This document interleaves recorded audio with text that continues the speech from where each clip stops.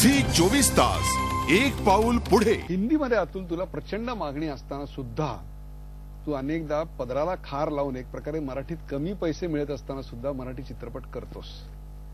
परंतु मराठीतल्या अनेक प्रश्नांबद्दल तुझी भूमिका मात्र वेगळी असते. मराठीच्या आग्रहाबद्दल काय सांगशील याबद्दल? नाही, कारण मुळात मी भाषा म्हणून त्याच्याकडे पाहत नाही. हा सिनेमा करताना मी भाषा म्हणून पाहत नाही. तसं जर असतं तर मग मी खूप मराठी सिनेमे सतत करत राहिलो असतो. नाही, माझ्या दृष्टीने तो विषय महत्वाचा आहे, ती गोष्ट महत्वाची आहे. त्यामुळे मी आता जे तुला कॉम्बिनेशन सांगितलं त्याच्यामध्ये भाषा हा कुठे मी उल्लेख पण केला नाही त्याच्यामध्ये. बरोबर आहे. तर आता हेच आपल्याकडे दिसत नाहीत म्हणून, पण आत्ता माझा एदिगारिके नावाचा एक कानडी सिनेमा उत्तम चाललाय कर्नाटकामध्ये. 75वा काहीतरी आज त्याचा दिवस आहे तिकडे, आणि जोरदार तिथले एक एदिगारिके नावाची फार आपल्या उमा कुलकर्णींनी त्याचं ट्रान्सलेशन केलेलं आहे मराठीमध्ये त्या कादंबरीचं. तर तो सिनेमा माझा तिकडे चाललेला आहे. तर ही तक्रार प्रत्येक भाषेच्या लोकांची की तुम्ही फार सिनेमे करत नाहीत, पण माझ्या वर्षाला 3-4 सिनेमे वेगवेगळ्या भाषांमध्ये रिलीज होत असतात.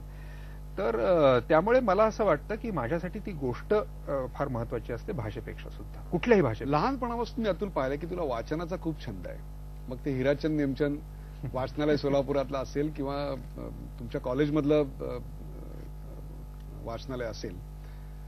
या वाचन संस्कृतीविषयी तू काय सांगशील? कारण तू एका चॅनलवर वाचन संस्कृती वाढावी याच्याकरता सुद्धा प्रयत्न केले होतेस. एका नटाला चांगला वाचक असणं, साहित्य समजणं कितपत महत्वाचं आहे?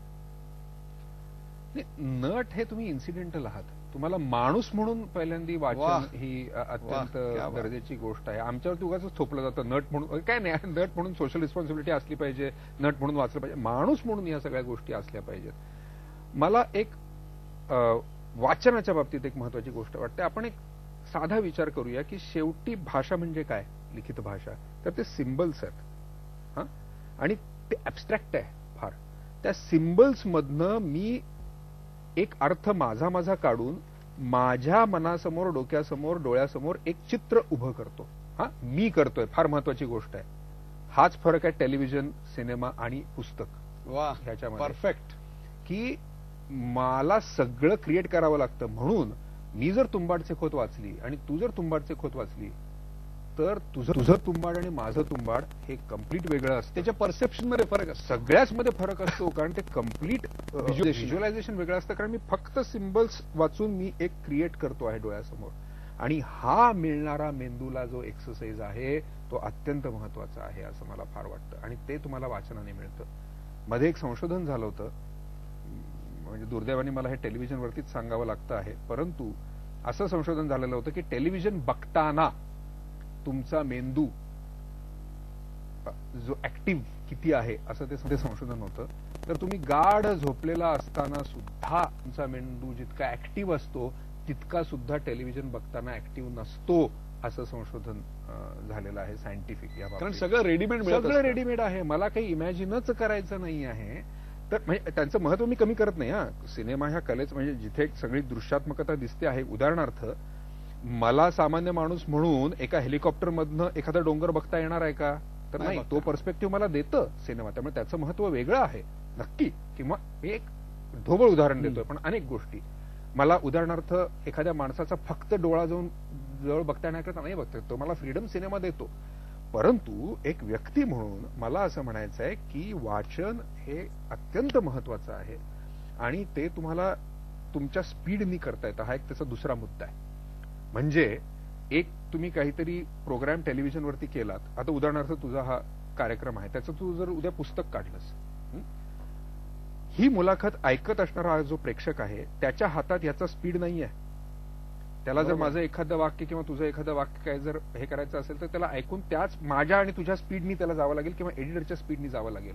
हेच जर पुस्तक असेल, सेम कंटेंट आहे, पण तो माझ्या स्पीडनी मी तो पानं उलटू शकतो, मी उलटू शकतो किंवा मी थांबू शकतो, विचार करू, परत वाचू शकतो, मी विचार करू शकतो. कित्येक वेळेला तुला आणि मला आपण एखादे पान वाचतो, एखादं वाक्य वाचतो आणि खटकन बंद ट्रान्समध्ये जातो, आपण व्हिज्युअल करतो, बंद करून थांबतो थोडा वेळ आणि पुन्हा वाचायला हे तुम्हाला शक्य आहे टेलिव्हिजनमध्ये? नाही शक्य. तो जो स्वतःच्या क्रिएटिव्हिटीला चॅलेंज करत राहायचा भाग वाचन संस्कृतीत आहे, तो आपल्याकडे वाढावा अशी तुझी एक तळमळ आहे. नाही, नक्कीच मला असं वाटतं की ते खूप व्हायला पाहिजे. माझी कळकळीची विनंती आहे सगळ्यांना. पण एक चांगली गोष्ट अशी जी सोशल नेटवर्किंगमुळे झालेली आहे, आणि हे सोशल नेटवर्किंगला शिव्या देणाऱ्या लोकांना मी सतत सांगत असतो, देवासमोर बसून किंवा इकडे ठिकाणी बसून तुम्ही नेहमी रामदासांचं मानाचे श्लोक वाचता, दिसा माझी काही तरी ते लिहावे, म्हणजे काय होत? आता ते होतं आहे की नाही? काहीतरी रोज लिहितो आहे की नाही माणूस? हा, हे नुकतं आपल्याकडे आलेलं आहे, सध्या वाटेल ते लिहितं जातं आहे वगैरे, ठीक आहे, हे माध्यम सेटल होईल. आता पहिली पिढी आहे आपली हे सगळं बघणारी. नवीन पिढी जेव्हा सेटल होईल त्यावेळेला ते दिसा माझी काहीतरी ते लिहावे असं ते होणार नाही. दिसा माझी काहीतरी ते लिहावे असं ते होईल ना काही वर्षांनी.